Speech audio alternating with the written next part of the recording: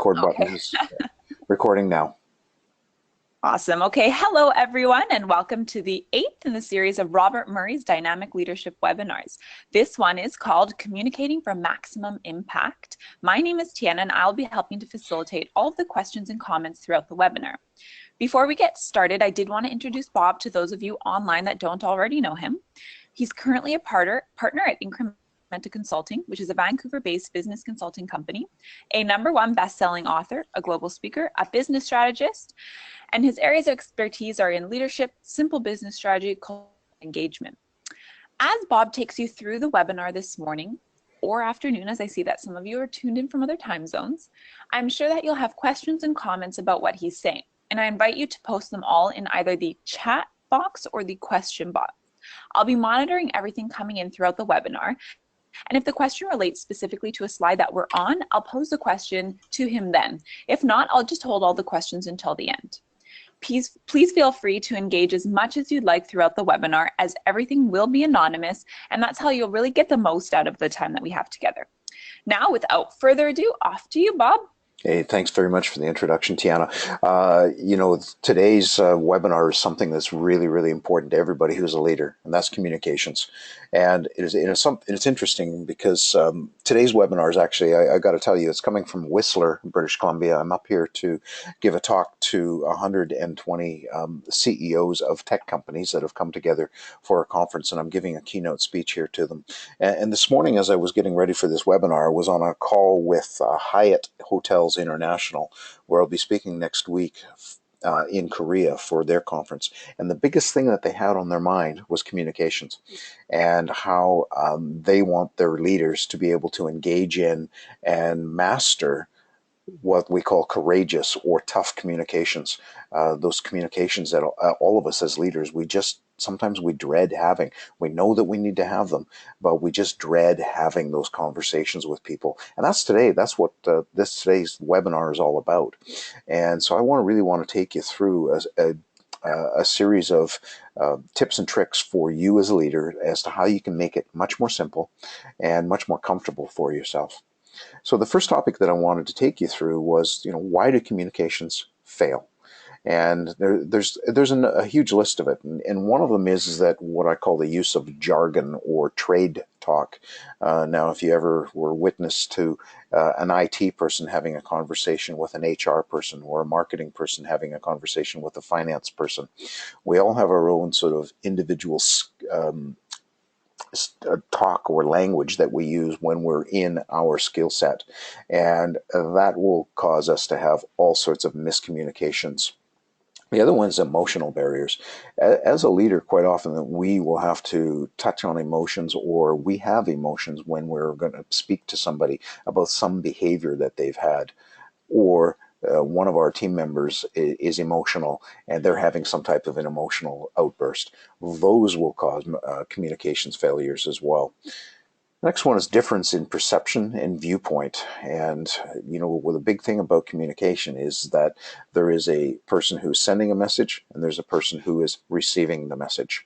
So quite often is the person who's sending the message has a certain perception, and the receiver, when they are receiving the message that we have, they will have a viewpoint on that. And it's not always exactly the same. Then we'll have communications issues. The next one is language and cultural differences. The international or the worldwide language of business is English. And for a lot of people who use English as an example, it's their second language. And when you are speaking to people in a different country and using the language of English as an example, there's going to be different cultural impacts, and there's going to be different context impacts as well. It's another huge reason why communications fail.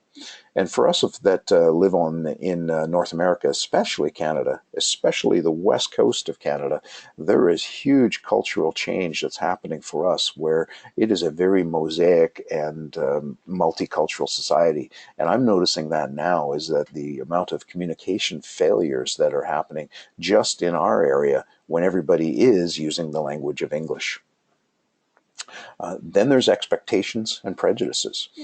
People who go into a conversation or a communication with expectations, and they will have judgments about that They'll have prejudgments and they will have judgments along the way. And then finally is attitude.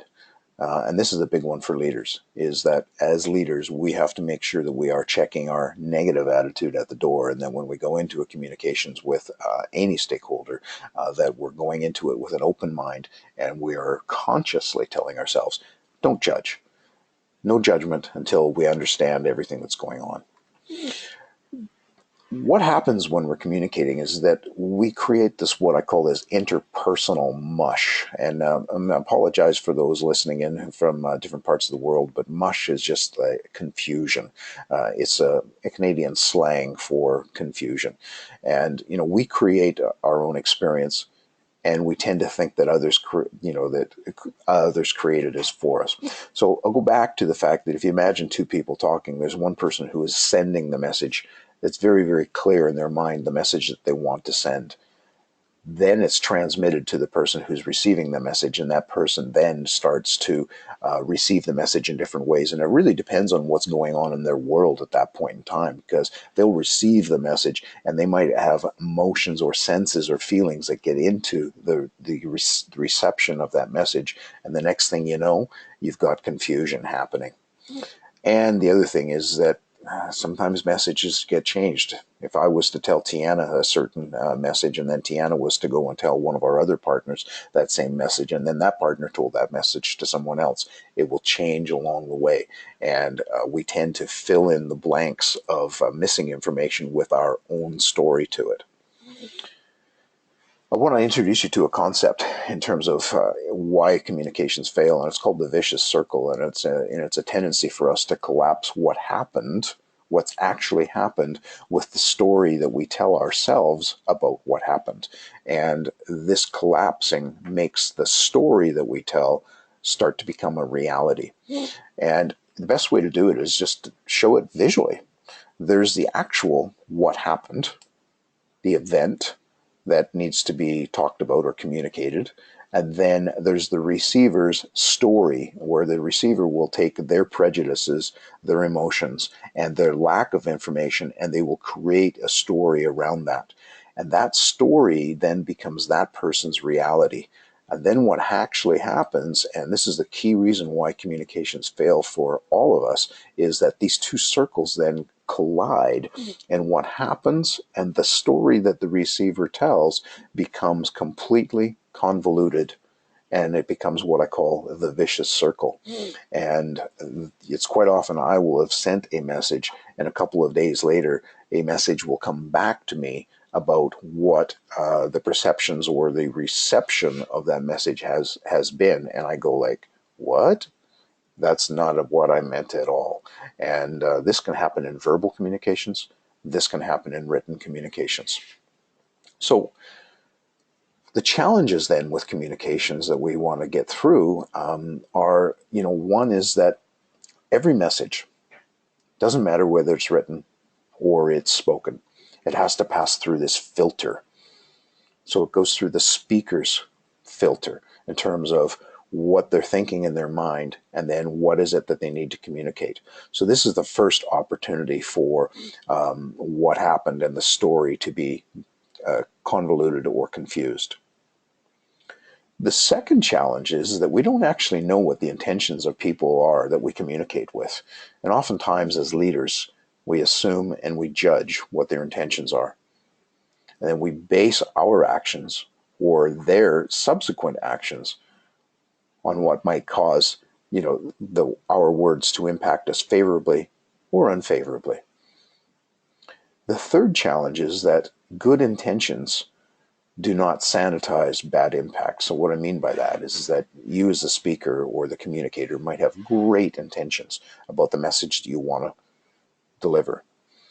Sadly, though, because of the story that people tell when they receive the message, doesn't sanitize the impact that it has on them.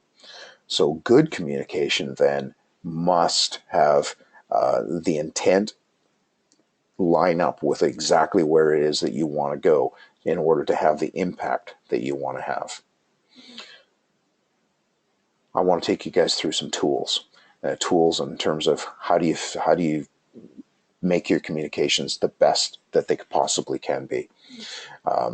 So the first one is listening. The second tool that I want to talk about is strategies for better communications. And then the third one is a really, really simple tool that you can use and you can teach called walking the cube. So let's get into the first one, which is listening. So listening is the most powerful communication tool that any leader can have. Now, if we're all sitting in a room together here today, I would actually say to you, what is listening? Tell me what your version of listening is. And if we're really truly honest with ourselves, one of the things that we would say is that when we think we are listening to someone talking, we are actually not listening. We are actually thinking about what we're going to say next. And sometimes, if I'm going to be perfectly honest, when someone's talking to me, and this doesn't happen all the time, but sometimes I'll be thinking, gee, what am I going to do after work today? And I'm not even listening to or fabricating in my mind what I'm going to say next.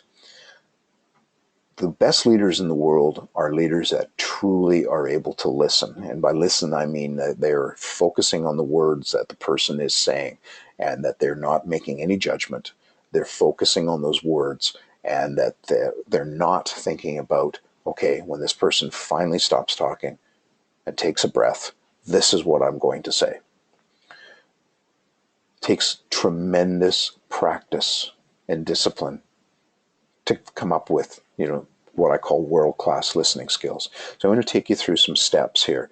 And this is how I prepare myself when I have to listen. So the first part is that if you have to listen, you can't be talking. So the first step is stop talking. Second one is prepare yourself to listen. So I tell myself, Bob, listen. So inside my mind, I'm telling myself that. The third one is put the speaker at ease. And I quite often will say, yes, I'm listening. Go ahead. The fourth one is remove distractions. And for me, I get easily distracted. And be perfect honesty right here with you is that if I happen to see a butterfly or a squirrel go by, I get distracted by that. So I do my best to remove those distractions, knowing that about myself ahead of time. The next step is be really, really patient, because sometimes it's frustrating. If you're talking with somebody who's emotional and they're having an emotional outburst, you have to be really, really patient. You also have to pay attention to your own emotions and how you're feeling at that time. The next step is to avoid any personal prejudice or judgment, and we've talked about that. Listen to tone. Tone's really, really important in the message as well. And, sometimes you can feed that back to the person in terms of saying to them, here's the tone that I'm hearing in your message to me. I listen for ideas as well. And then I watch for what I call nonverbal gestures, because sometimes that, if the person is frustrated, they will have trouble getting those actual words out. So I look for the body language that's going to be able to help me with that. And if I see a frustrated level of body language, then I can ask them, it's like, okay, let's, what are you really thinking? What are you feeling right now? And then pull them through that. The key thing about listening, though, is that we all are able to get into a mode of listening. We're all capable of it. And the best example I can give you of that is when you're watching your favorite television program. When you're watching your favorite television program, you actually don't hear or see anything else that's going on around you. And when you are watching that favorite television program, somebody else in the room could be talking to you, and you will not hear them because you are in what I call the zone. And when you are in that zone, you are completely and totally focused on that particular television program. In fact, you're not even thinking too much about what's going on in the world around you. You're completely, intensely focused on that television program. That's what I call the zone. And in the world of listening to a person talking, you can also get into that zone by just practicing these steps and focusing. Next, I want to talk to you about the strategies to address communication disconnects. So first, and it's just simple steps, and first asking yourself some questions. When something has occurred, ask yourself, what just happened here? So it might be at home and there might be some type of an emotional outburst, or there might be some type of a message that surprised you. Ask yourself before you respond, okay, what just happened here? Then think about, well, how is this outcome different from what I intended or I expected? And as a leader, I will quite often deliver a message and I get a completely different outcome back from me or to me. And so then I will think about, well, what just happened here? The third one is, where can I take responsibility? I always say that great leaders, when things are going really, really well, they look out the window, or in other words, they look to their team. When things are not going so well, great leaders look in the mirror. So where can I take responsibility for where the communication has been screwed up? The fourth one is, how can I clean this up? So when I take the responsibility, how can I make this right? What messaging do I need to get across to people in order to make this right? Well, the second strategy is then to take action to clean up these mismatches with intent or impact as quickly as you can. So be honest about what your intention was. Apologize if you have to. Discuss with the other person to find out their perspective. Then ask, how could you have handled this differently? And I ask this out loud quite often. Tiana and I work very, very closely together, and quite often I'll say something and it's misinterpreted by her. And then she'll either do something or she will say something back. Then I'll quite simply and honestly ask her, okay, how can I do this differently next time? And I've always found that by taking responsibility for all your actions as a leader, is that it makes the situation much, much more forgiving. There's been many times in my life when I should have been fired for something that I have done, but I stood up and I took responsibility for it. And I was actually rewarded from my manager during those times for taking responsibility for something that I did or something that I said. The last one that I want to take you through is a really, really simple tool, and it's called walking the cube. And one of the best ways that you can actually practice this, and this is a literal communication tool, and it's 4 simple steps. There's an observation step, there's a thought step, there's a feeling step, and there's a want step. And when I'm practicing this with a team of people, I'll actually get some tape and I will make a square on the floor that has 4 smaller squares in it. And then we'll put a piece of paper in each square, one that says observations on it, one that says thoughts, one says feelings, and one says wants.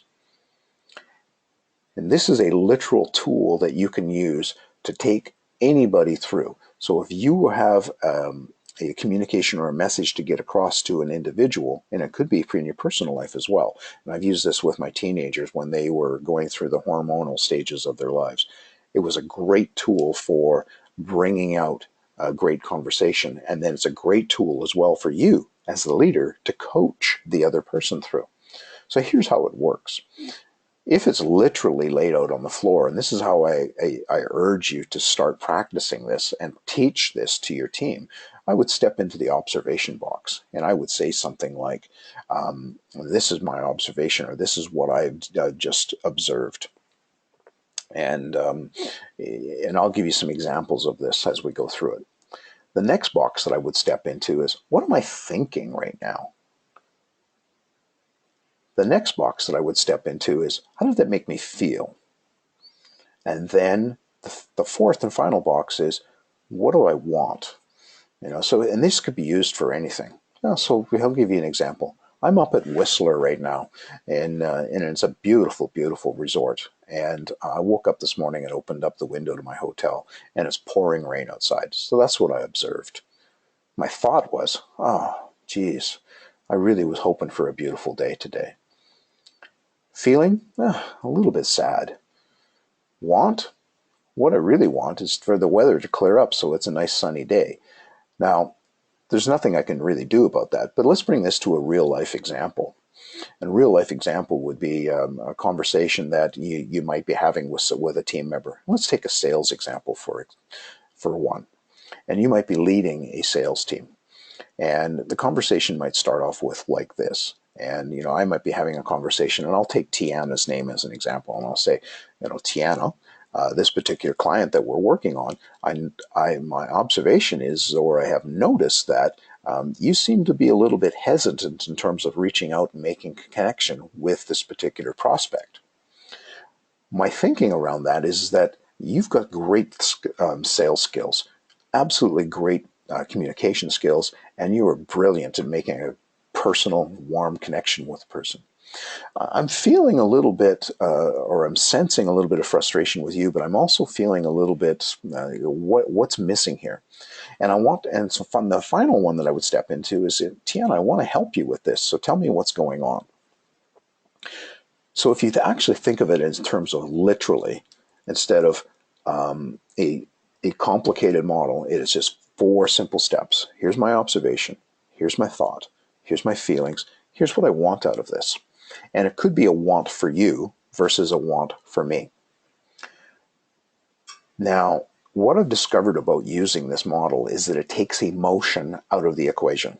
So if somebody does something and it pisses me off or it makes me angry, if I let emotions get into this, then I'm not going to have a clear communication or clear message go through. And there's going to be miscommunication, reception on the other person's part, and then their emotions might get out of control. And the next thing you know, we've got a mess that we need to clean up. If you follow this simple model and get used to using it, one of the best ways to do it is, as I said, lay it out on the floor, practice it yourself, and then teach it to others. What you'll discover is that it takes emotion out of the equation. And most importantly, it allows you to have a much more clear and constructed communications. So I've kind of taken you guys really, really quickly through a really complicated subject, but the whole thing around it is keep it simple. And as a leader, remember that your messages might be clear in your head, but they may not be received. So there's some really, really strong things that you can do. One would be listening. One would be making sure that you are, what have I done here to my screen?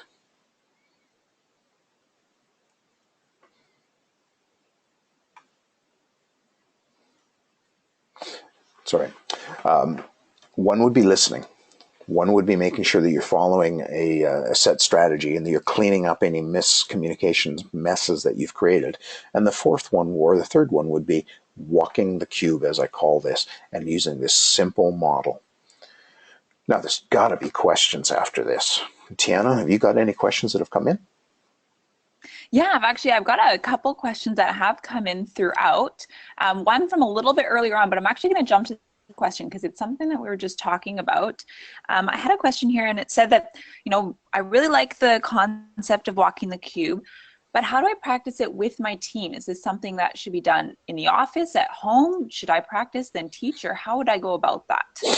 Well, yeah, you need to practice, you need to teach. I wouldn't recommend doing it at home at first because if you imagine you've got your teenagers in front of you or your kids in front of you, they're going to look at you like, what? And then if you did this with your spouse or your partner, they're going to say, oh, great, Bob's been on another management course. Ha ha ha. So one of the things I would recommend is in the office. And the best way to do this is just get some tape and lay out a grid on the floor with four squares in it. Put pieces of paper in each square that say observations, thoughts, feelings, and wants. And then you actually walk it. You step into the observation box and you say, this is what I'm observing. Then you step into the thought box. You step into the feeling box. And then finally you step into the want box. This will feel a little uncomfortable at first, but once you get the methodology down through practice and through teaching your other team members, it will become second nature for you. And then what you'll discover is that you can have really what I call courageous or tough conversations without emotion. Okay, that's awesome. That's great. Hopefully this was helpful to the questionee. Now, next question I had was a little bit earlier on. It was simply saying, I'm having troubles communicating with my superiors. What can Mm-hmm. I do about this? Wow. That's a good one. I would, once again, because quite often when there's miscommunication going on with your manager or superiors in an organization, quite often what I find is that there's a bit of blame going on, and quite often we'll get the feedback and saying, I can't work with this manager, the worst manager I've ever had. They never listen, blah, blah, blah. And it might be true. However, also some of the things I'm discovering is there might be some prejudice going into the conversation with them. And the prejudice might look like, oh, here we go again. I'm just not going to be able to get my point across. They're going to blah, blah, blah on forever, that type of thing. So then you set yourself up in terms of your attitude for a bad communication.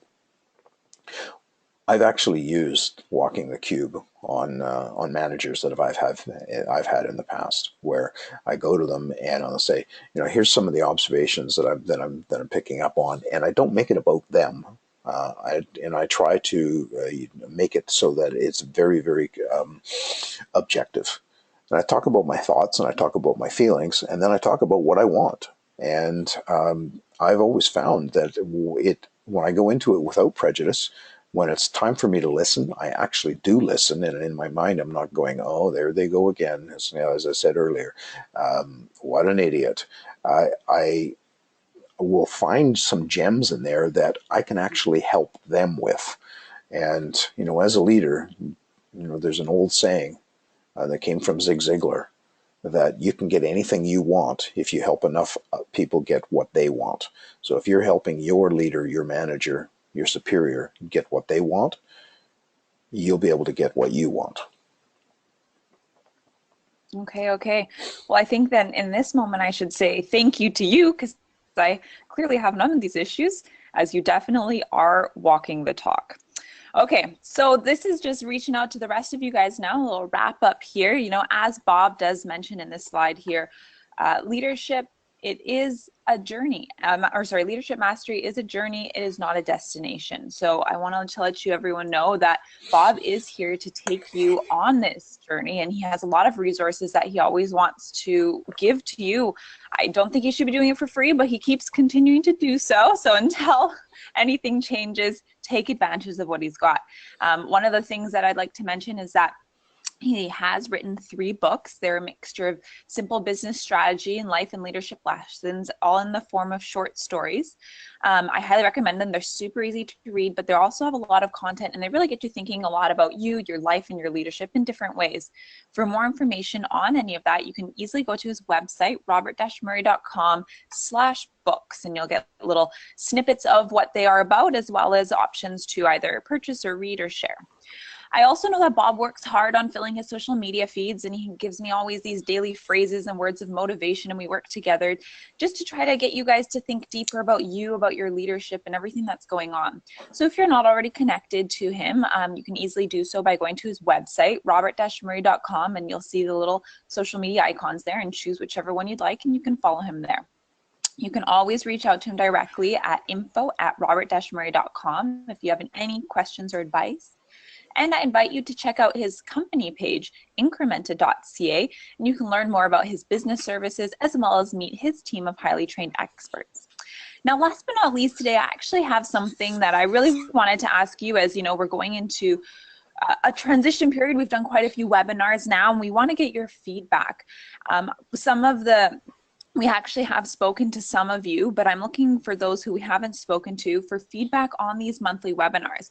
So we host them on the first Wednesday of each month, and we want to hear what you think about the content, the length, and the time, and really anything else you can think of. Opinions, we would love to hear them, and we do think that there's quite a few of you who have actually been to a lot of these webinars, so you probably have something, and we just want to make these better for you, and it'll give us a lot of help if we could get that feedback. So just email me at tiana@robert-murray.com, and we hope that we'll be able to serve you better in the future. If I just have another question here. I just wanted to check in before we sign off. It is there any solution for a country like Canada that we can meet people in a multicultural environment? Bob, do you have any? This is a tough one, as Canada is definitely a melting pot, as you did say before, and there's a lot of different people. Maybe, I guess this is a question a lot on cultural barriers. What do you have to say on that, Bob? It's a great question, and one of the things that I think about is that you come back to not going into communications with prejudices. We also have to be very, very well of our own cultural background. I'm born and raised in Canada, and I'm a third generation Canadian, and so there's a very, very clear Canadian culture, and so I have to be really conscious of that. However, conversely, if somebody has just moved here from Asia, for example, they have to be very, very clear and conscious about their cultural norms that they grew up with. So it comes back to the prejudices that we go into and the attitude that we go into with the communication right from the start. So I always just try to tell myself, okay, Bob, no judgment. Try to understand, and then that focuses me more. So it's a good question. Yeah. Perfect. Awesome. Okay. That is it for now. So thank you everybody who logged on. Thank you for all of your participation and all of your questions. And I got quite a few thank yous to you, Bob, in these little comments here if you haven't been able to see them. So thank you for everything that you do for all of us. All right, my pleasure. Have a great day, those of you who are just waking up, and a great evening for those of you who have already had a full day in front of them or behind them. Thank you, guys.